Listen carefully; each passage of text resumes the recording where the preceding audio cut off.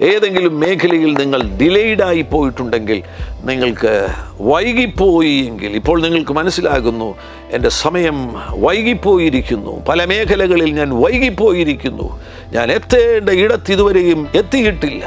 ദൈവം എന്നെ എവിടെ എത്തിക്കുവാൻ ആഗ്രഹിച്ചു, ഈ സമയം കൊണ്ട് ദൈവം എന്നെ എവിടെ എത്തിക്കുവാൻ ആഗ്രഹിച്ചു, അവിടെ എനിക്കിതുവരെയും എത്തുവാൻ കഴിഞ്ഞില്ല, ഞാനിതാ വൈകിപ്പോയിരിക്കുന്നു, പല മേഖലകളിൽ ഞാൻ വൈകിപ്പോയിരിക്കുന്നു.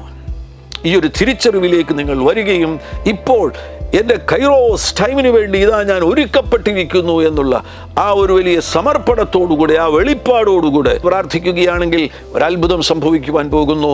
ദീർഘവർഷങ്ങൾ വൈകിപ്പോയ കാര്യങ്ങൾ ഇന്ന് സംഭവിക്കാൻ പോകുന്നു. ഇന്ന്, നാളെയല്ല, ഇന്ന് ഇപ്പോൾ ഈ ശബ്ദം കേൾക്കുന്ന ഈ നിമിഷം അത് സംഭവിക്കുവാൻ പോകുന്നു.